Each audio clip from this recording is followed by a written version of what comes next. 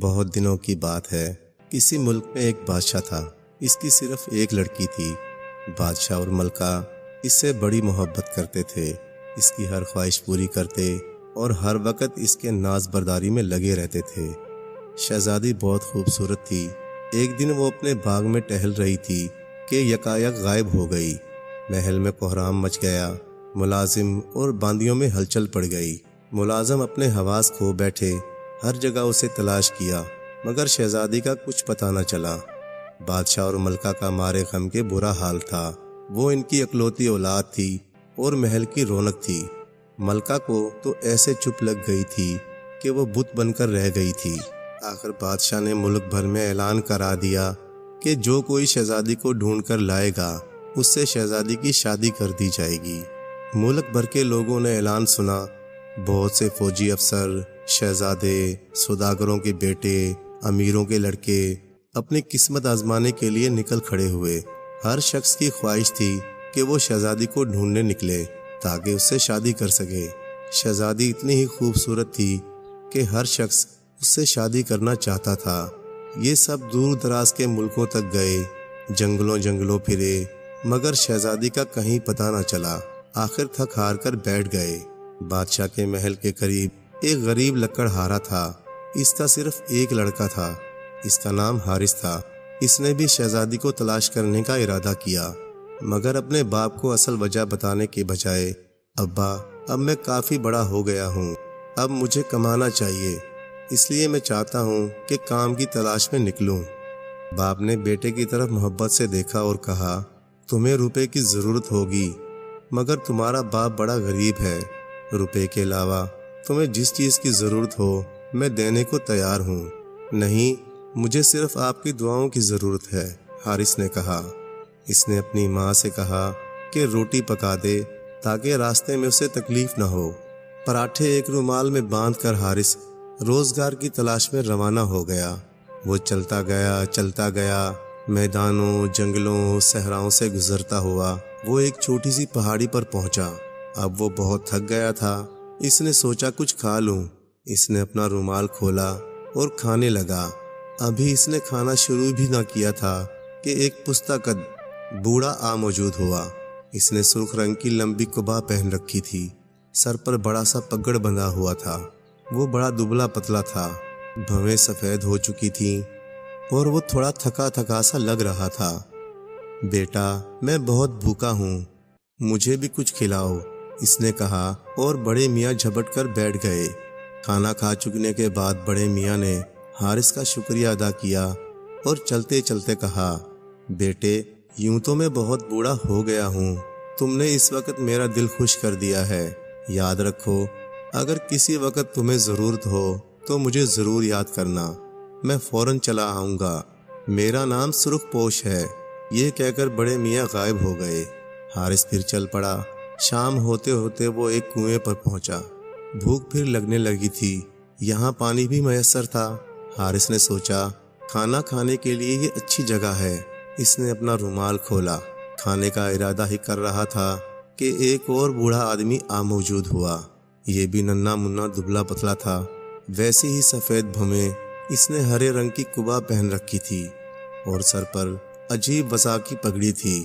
بیٹا، میں بھوک سے مارا جا رہا ہوں، کیا تم مجھے اپنے ساتھ شریک نہ کرو گے؟ بڑے میاں نے کہا۔ ضرور، حارث نے کہا اور بڑے میاں کو ساتھ بٹھا لیا۔ کھانا کھانے کے بعد دونوں نے کنویں کا میٹھا اور ٹھنڈا پانی پیا۔ اب بڑے میاں نے حارث کا شکریہ ادا کیا اور رخصت چاہی۔ جاتے وقت انہوں نے کہا، میں تمہارا یہ احسان کبھی نہ بھولوں گا۔ اگر تم پر کبھی برا وقت پڑے تو مجھے ضرور یاد کرنا۔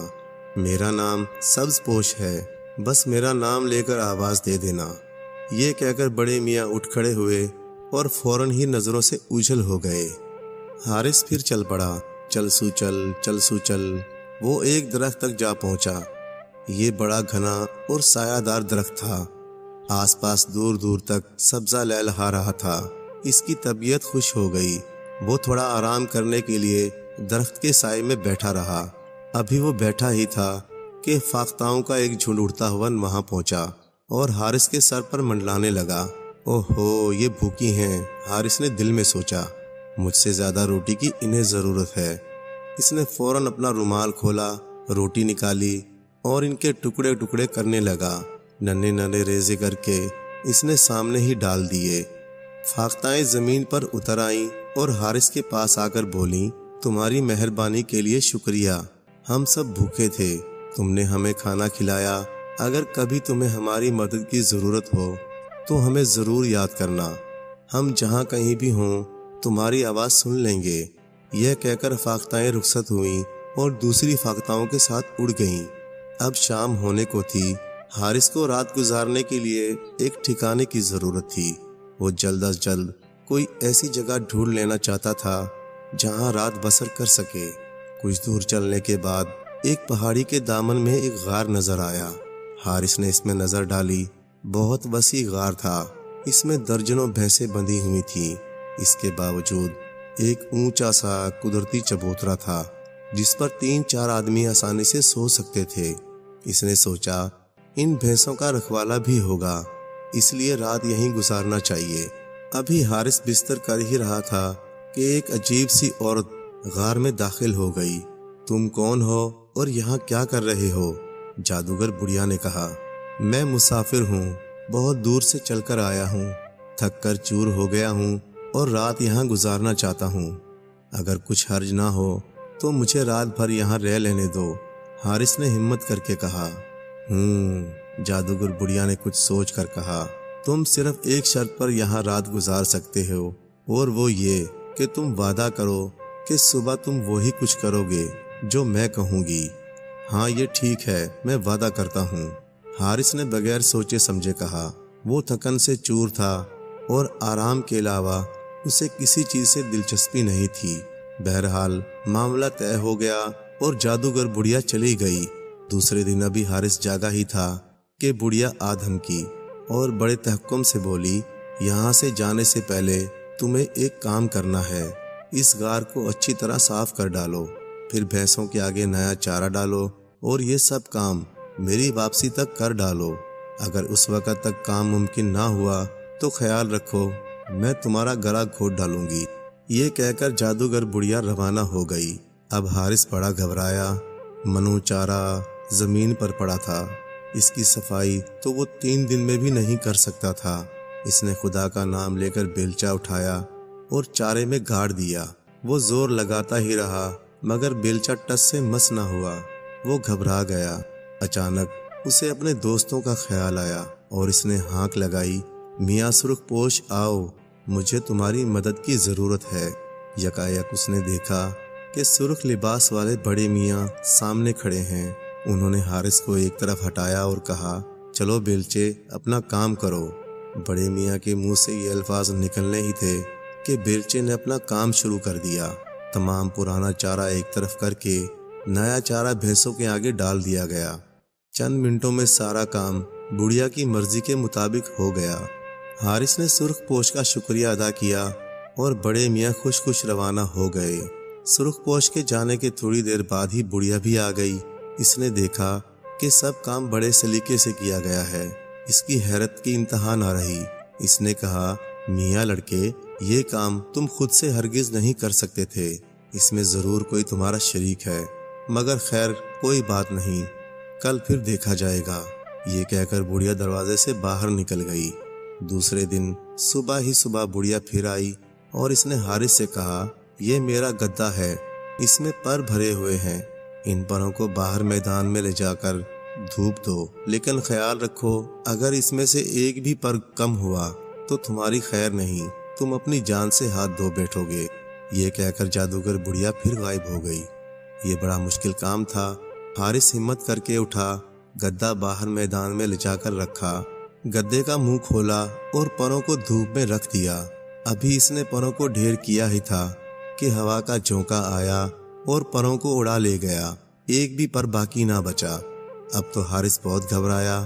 یا الہی، اب میں کیا کروں؟ اس برے وقت میں پھر اسے اپنے دوست یاد آئے۔ میاں سرخ پوش، بھائی سبز پوش، پیاری فاختاؤ، آؤ جلدی آؤ، مجھے تمہاری مدد کی ضرورت ہے۔ جیسے ہی حارث نے آواز لگائی، سرخ پوش، سبز پوش اور فاختائیں موجود ہوئیں۔ فاختاؤں نے بکھرے ہوئے پر چننا شروع کیے۔ وہ ایک ایک پر اٹھا لائیں۔ سبز پوش اور سرخ پوش نے انہیں گدے میں بھر دیا۔ پھر سبز پوش نے اس میں سے ایک پر نکال کر حارث کو دیا۔ اسے اپنے پاس رکھو، جب جادوگر بڑھیا کہے کہ اس میں ایک پر کم ہے تو یہ اس کے منہ پر مار دینا، سبز پوش نے کہا، اور پھر وہ سب غائب ہو گئے۔ شام کے قریب جادوگر بڑھیا واپس آئی۔ اس کا گدا بچھا ہوا تھا۔ وہ اس پر لوٹے مارتی رہی، ٹٹولتی رہی اور پھر بولی، میاں لڑکے، اس بار تم بچ کر نہیں جا سکتے، میں نے آخر تمہیں پکڑ ہی لیا، اس میں ایک پر کم ہے۔ یہ کہہ کر بڑھیا حارث کی طرف لپکی۔ حارث نے فوراً ہی جیب سے پر نکال کر اس کے منہ پر دے مارا۔ یہ لو تمہارا پر، حارث بولا۔ پر بڑھیا کے منہ پر لگنا تھا کہ وہ الٹ گئی۔ تھوڑی دیر میں اس کی حواس ٹھیک ہوئی تو بولی، میاں لڑکے، تم تنہا یہ کام ہرگز نہیں کر سکتے تھے، مگر خیر میں پھر دیکھوں گی، یہ کہا اور غائب ہو گئی۔ دوسری صبح بڑھیا پھر آ دھمکی اور حارث سے بولی، آج تم ان بھینسوں میں سے ایک کو ذبح کرو، اس کی کھال اتار دو اور اس کا ایک بڑا تھیلا تیار کرو، اس کے سینگوں سے چمچ بناؤ، پھر اس کا گوشت کاٹ کر پکانے کے لیے بوٹیاں بناؤ۔ میرے پاس 50 بھینسیں ہیں، ان میں سے ایک صحیح بھینس ذبح کرو۔ اگر تم یہ سب کر گزرے تو میں تمہیں جانے دوں گی اور انعام بھی دوں گی، 3 انعامات جو تم لینا چاہو۔ لیکن اگر تم میرے آنے تک کام مکمل نہ کر سکے یا غلط بھینس ذبح کر بیٹھے تو میں تمہیں چٹ کر جاؤں گی۔ یہ کہہ کر جادوگر بڑھیا وہاں سے چل دی۔ اب حارث پھر پریشان تھا۔ اس بار پھر اس نے سبز پوش سرخ پوش کی ہانک لگائی۔ دونوں فوراً ہی آ موجود ہوئے۔ وہ اپنے ساتھ ایک موٹی تازی بھینس بھی لائے تھے۔ انہوں نے فوراً ہی اسے ذبح کیا اور چھوٹی چھوٹی بوٹیاں کر کے ڈھیر کر دیا۔ سبز پوش نے کھال اتار کر منٹوں میں تھیلا تیار کر دیا۔ سرخ پوش نے بھینس کے سینگوں سے چمچ تیار کر دیے۔ سب کچھ منٹوں میں تیار ہو گیا۔ حارث کی جان میں جان آئی۔ اس نے اطمینان کا سانس لیا۔ اب حارث نے انہیں بڑھیا کی شرط بتائی اور ان سے پوچھا، بتائیے میں بڑھیا سے کیا انعام طلب کروں؟ انہوں نے حارث سے کہا، اس بڑھیا سے کہنا مجھے 3 چیزیں دے دو، وہ جو تمہارے بستر پر ہیں، وہ باکس تو تمہاری مسیری کے نیچے ہے اور وہ جو تمہاری مسیری کی دیوار کے پیچھے ہے۔ یہ رائے دے کر دونوں غائب ہو گئے۔ جب بڑھیا غار میں پہنچی تو بڑی پریشان ہوئی۔ لڑکے، تم یہ کسی دوسرے کی مدد کے بغیر ہرگز نہیں کر سکتے تھے، مگر مجبوری ہے۔ اچھا بولو، تم کیا انعام چاہتے ہو؟ حارث بولا، وہ جو تمہارے بستر پر ہے، جو باکس میں تمہاری مسیری کے نیچے ہے، اور وہ جو مسیری کی دیوار کے پیچھے ہے۔ حارث نے وہی جملہ دہرا دیا۔ اف لڑکے، یقیناً کوئی تمہاری پشت پر ہے۔ تم خود سے یہ انعام تجویز نہیں کر سکتے تھے، مگر کیا کروں، میں مجبور ہوں۔ تم نے میری جادو کی دھجیاں اڑا دی ہیں۔ میں تم سے وعدہ کر چکی ہوں، اس لیے اب تمہیں وہی کچھ دینا پڑے گا جو تم مانگتے ہو۔ یہ کہہ کر وہ اپنے کمرے میں گئی اور ایک دروازہ کھولا۔ اچانک ایک خوبصورت لڑکی دروازے سے باہر نکل آئی۔ یہ بادشاہ کی شہزادی تھی جو اپنے باغ میں ٹہلتے ہوئے غائب ہو گئی تھی۔ اب اس نے بستر کے نیچے سے ایک صندوق نکالا اور اس کا ڈھکن کھول دیا۔ یہ صندوق ہیرے جواہرات سے بھرا ہوا تھا۔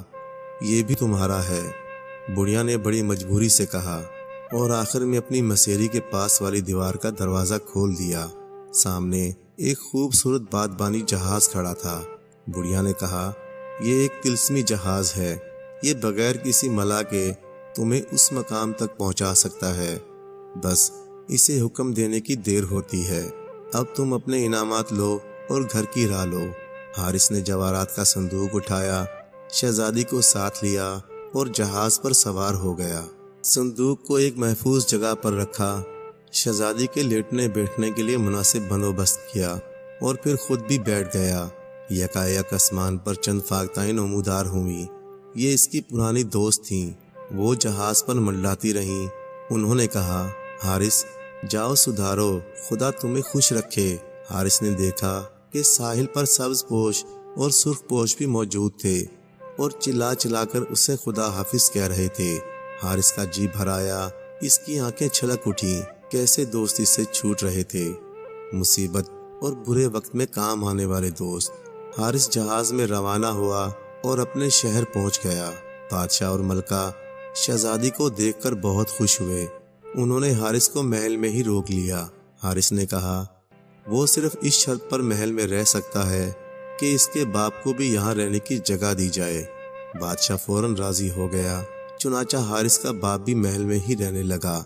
بادشاہ نے حارث کی شادی شہزادی سے کر دی اور وہ سب ہنسی خوشی زندگی گزارنے لگے۔